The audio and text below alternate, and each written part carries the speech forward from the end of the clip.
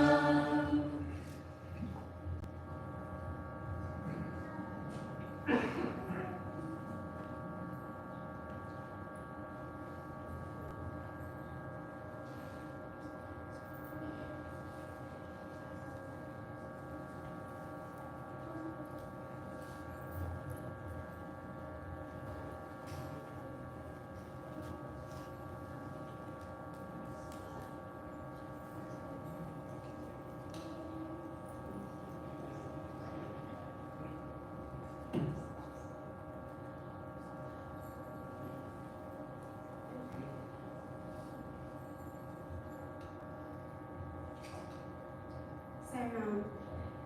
We would like to invite Brother Sundar Raju to join us today. He is an extremely ordinary human being who happens to love ancient Indian culture and civilization. He is a lifelong learner and ever grateful to be born in a country with rich cultural heritage. He is also eternally indebted to our ancestors who have accomplished superhuman tasks and paved the way so that future generations build upon it and prospers. Sundarajan is merely a traveler on this path who tries to appreciate and learn from this ancient knowledge as much as he can and share what little he knows with anyone who is interested. I'd like to invite Brother Sundarajan to come up and speak to us about the significance of Krishna Janmashtami and the Bhagavad-gita.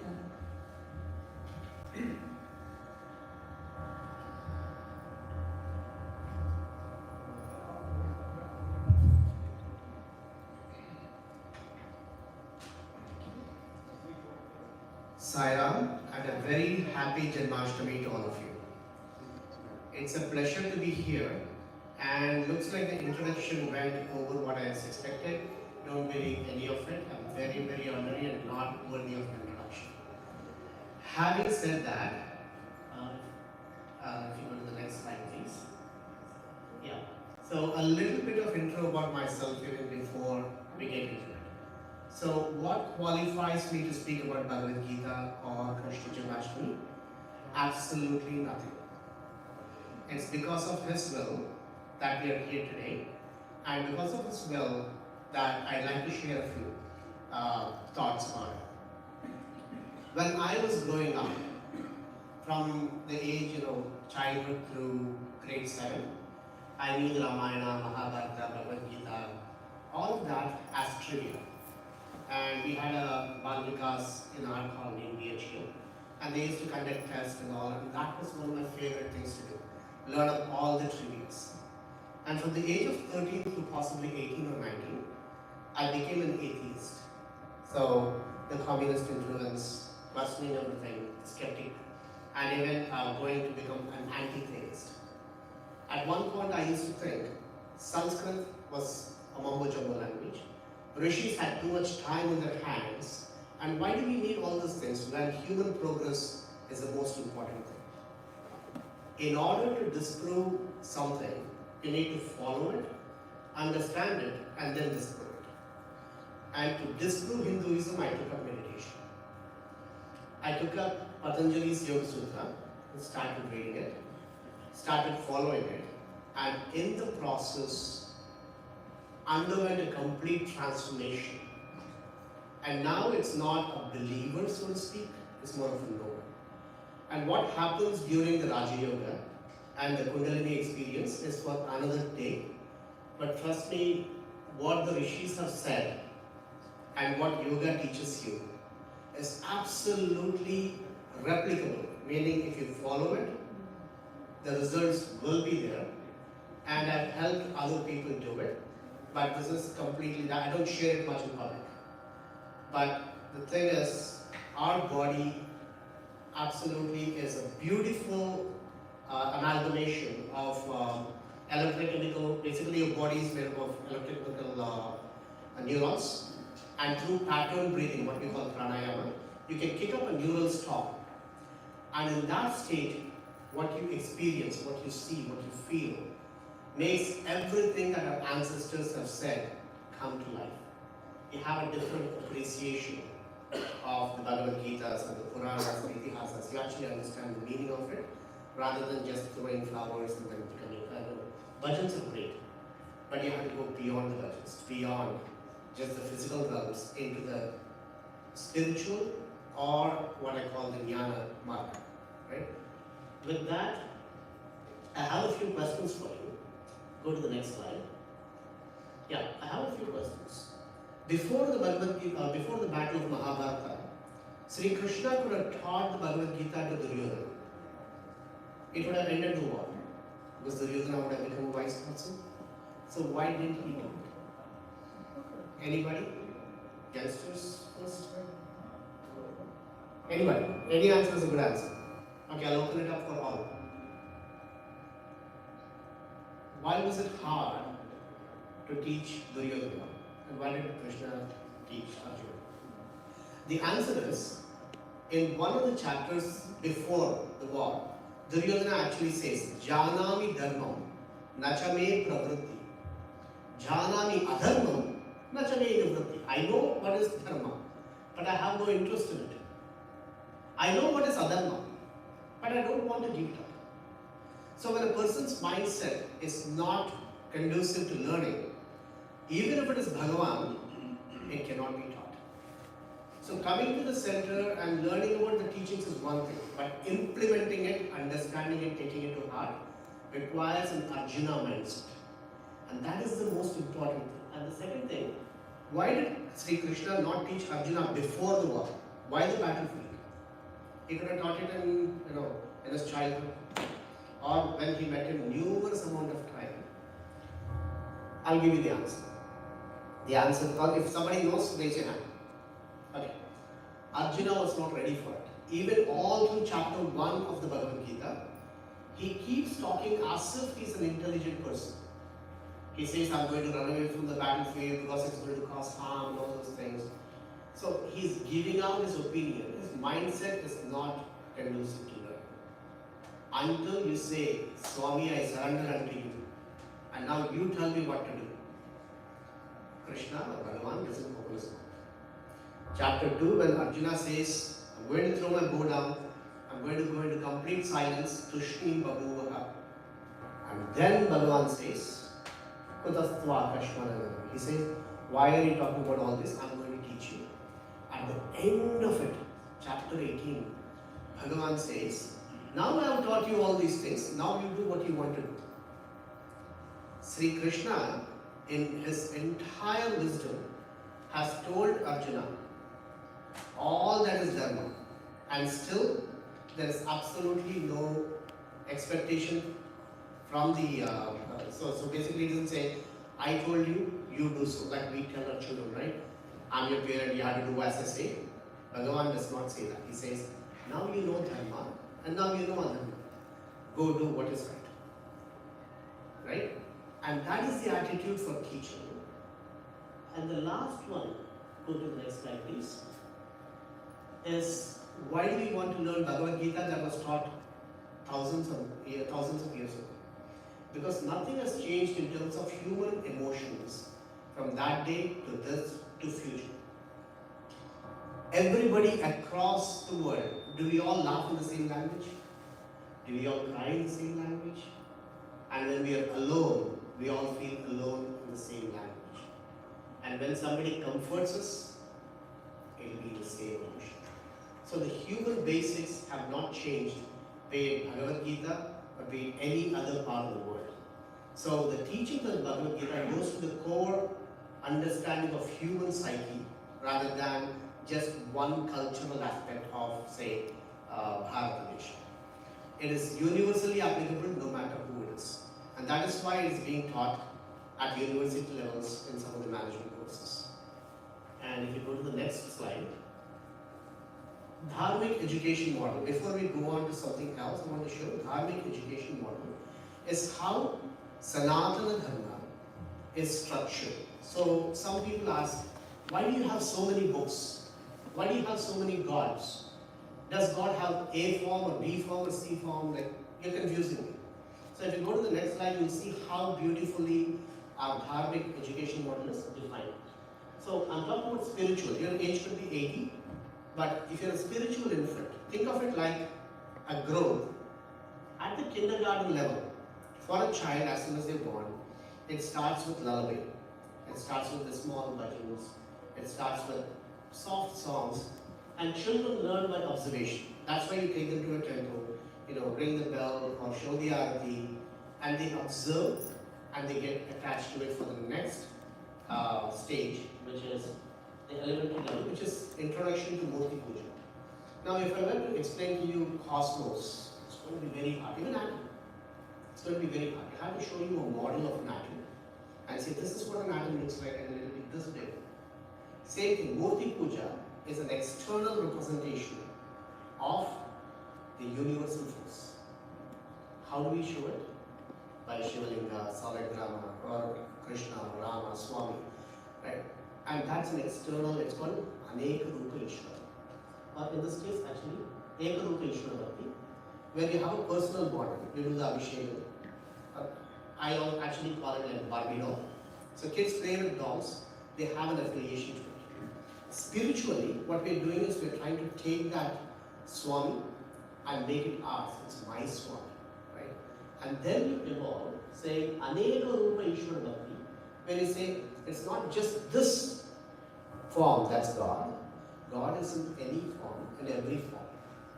It's not just a divine form.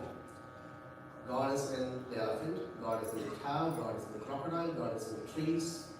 Aneka Rupa Ishvara Bhakti.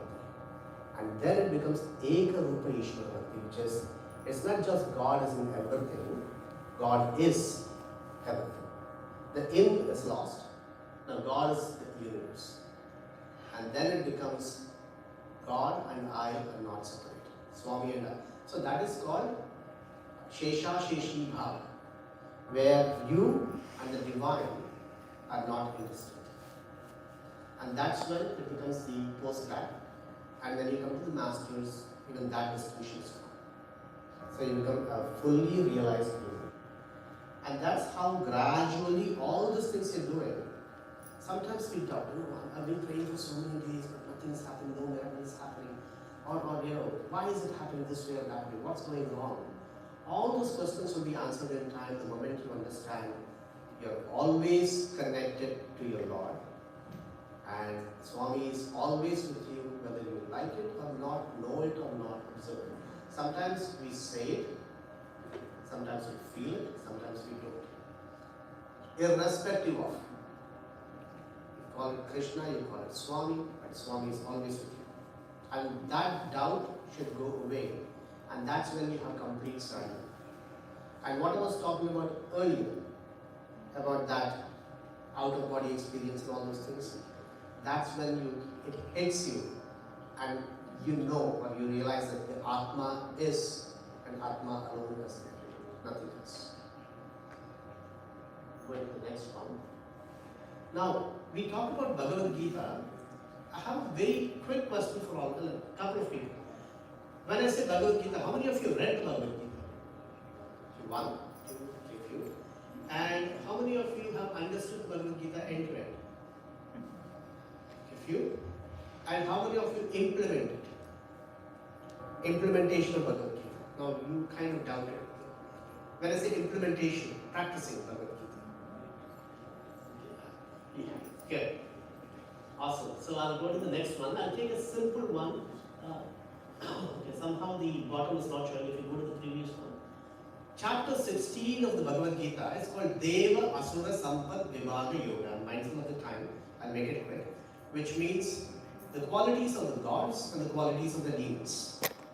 If I were to translate that into my life, because it's not a conversation between a soldier and a charioteer, it's a conversation between me and my Swami. Go to the next one. It can be translated to laws of success and failure. Qualities of devas lead you towards success. Qualities of the asuras lead you towards failure. And I'll take two shlokas only and show you quickly. So normally what we do, we read the Bhagavad-gita, Abhayam Sattvasham Shuddher Jnana Yoga Vyavastitihi Dhanam Dharmasche Yajnasche Swadhyayastava Arjam. Done. My quota for the day is done, we go. But if I were to analyze it bit by bit, go to the next slide. Abhayam, a great leader. Think of yourself as a CEO or a leader. Number one quality is courage, fearlessness. Abhayam. Sattva Samshuddhi is clarity of thought. Absolutely unbiased, and you have to be fully present in any decision you make. Jnana Yoga Vyavastitihi. Insightfulness, presence of mind that I just taught. Dhanam. A leader has to be generous.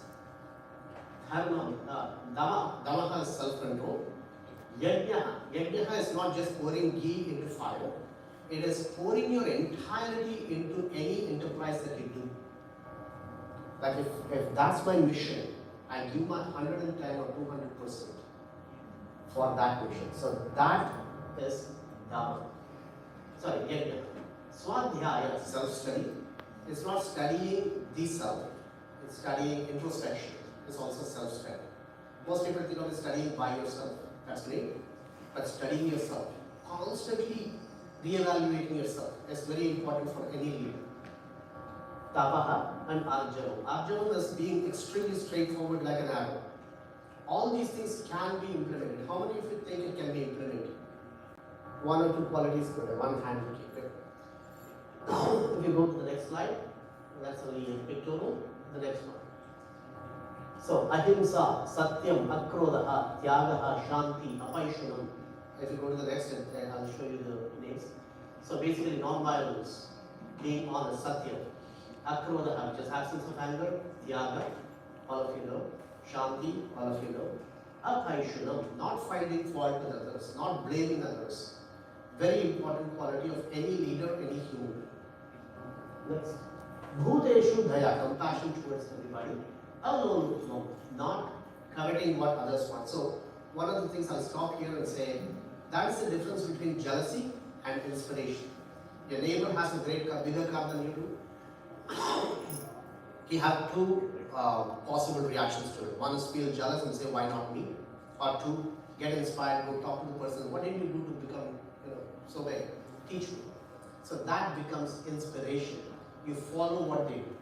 That becomes a positive way of looking at problems than negative way. So, Bhagavad-gita, these are like, and it goes on. And what is the Ashuri ones?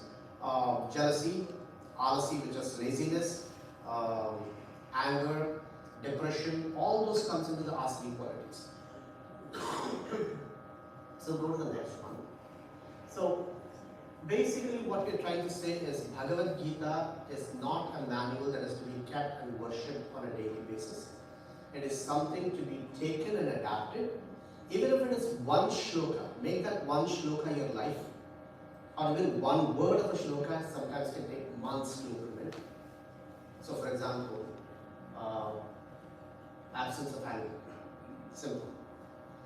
It will take you as many weeks, months, years, but the moment you perfect it, you have implemented that. And Janmashtami is very relevant not because there was a Yadava who was born then and then he became a king of Dwarka.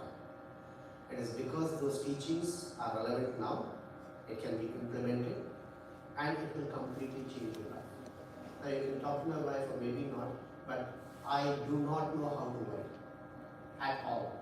I have no worries. When things go wrong, you plan for it, but worry is a negative or getting mad at things or losing control of yourself are taking away your energy from moving forward. So the moment you know how to control your mind,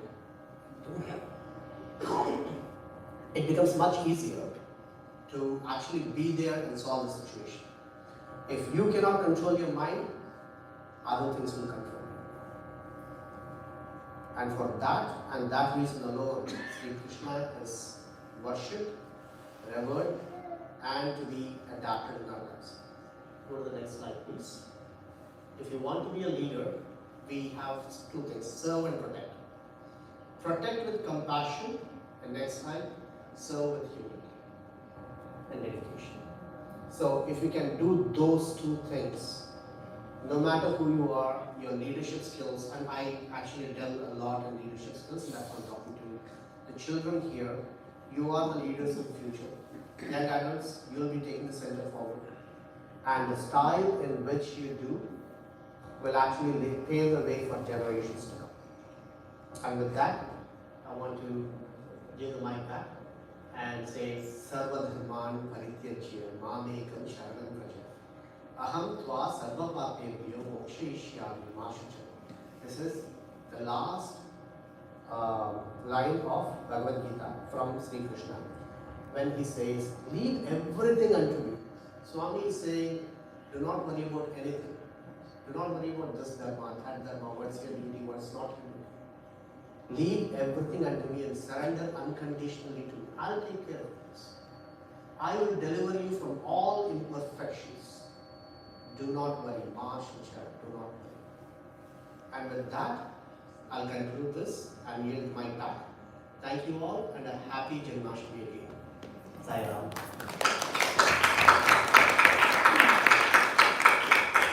Thank you so much.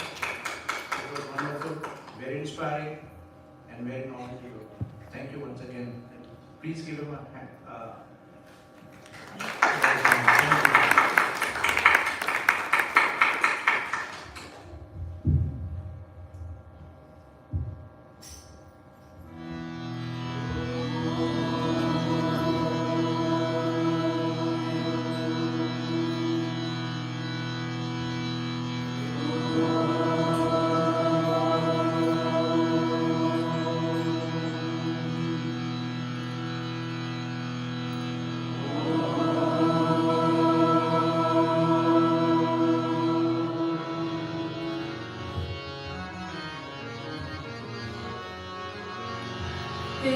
विनाशक Gananatha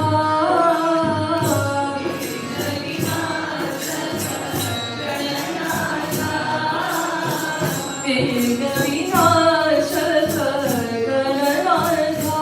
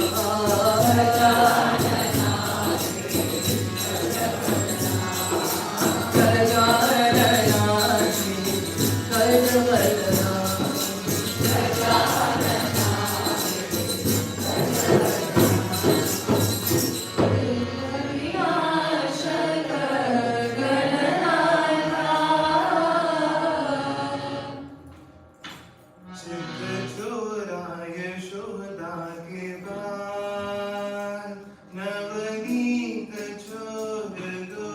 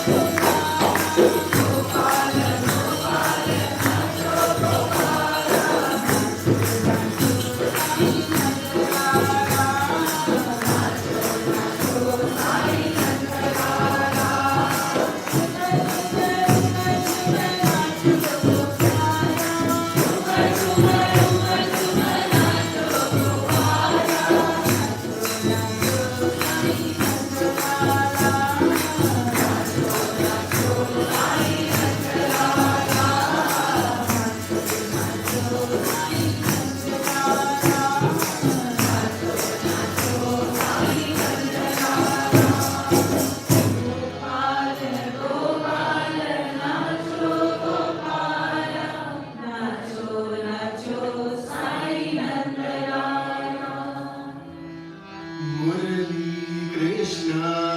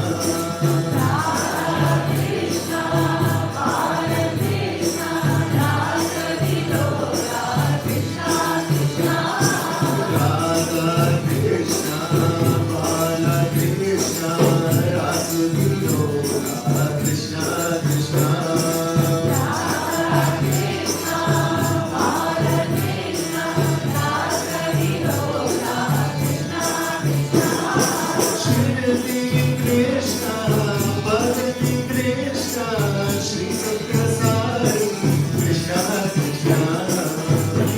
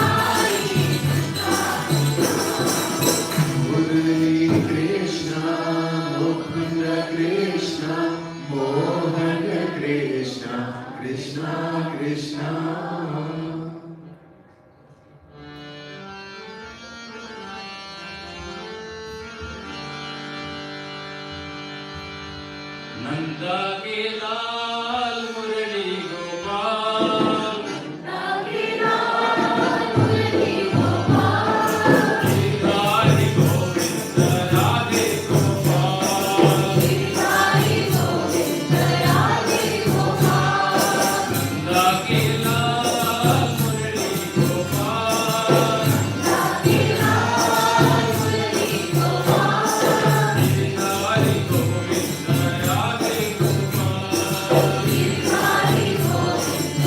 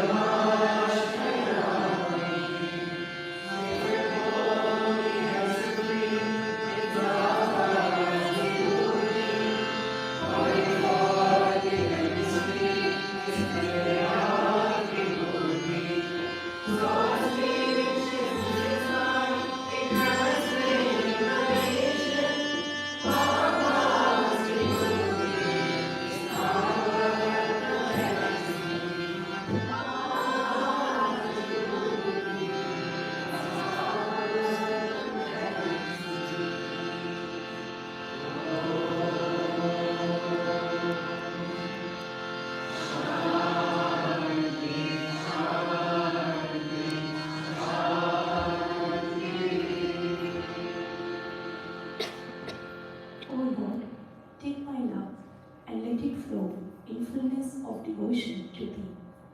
O Lord, take my hands and let them work incessantly for Thee. O Lord, take my soul and let it be merged in one with Thee. O Lord, take my mind and thoughts and let them be in tune with Thee. O Lord, take my everything and let me be an instrument to work for Thee. Sai Ram.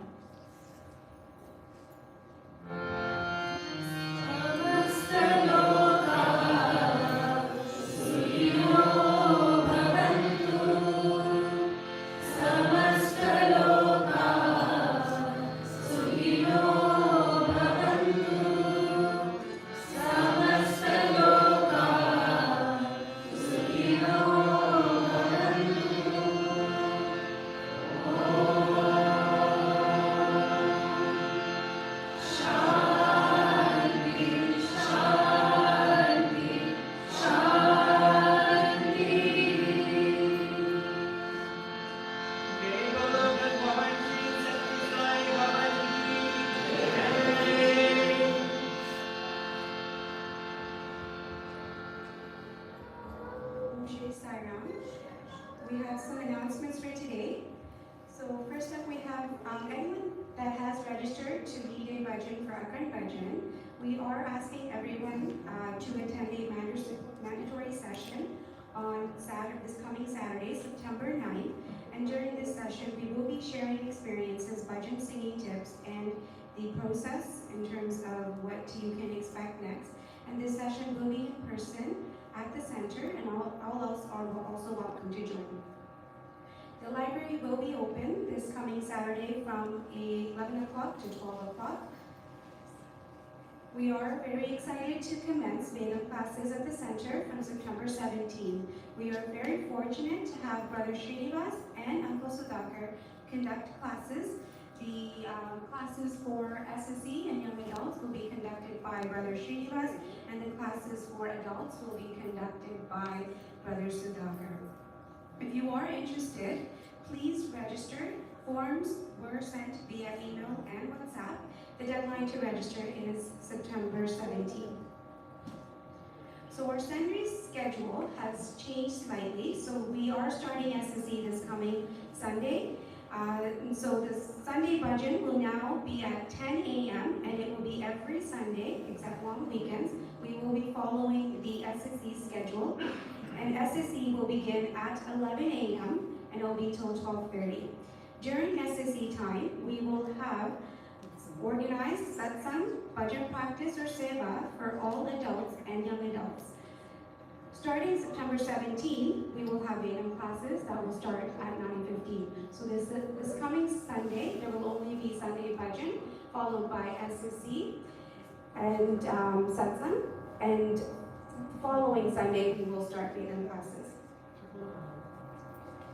On Sunday, September 17th, we will be celebrating Rosh Hashanah, Jewish New Year with Bhajans. So if you are available, please do join us on Sunday, September 17th.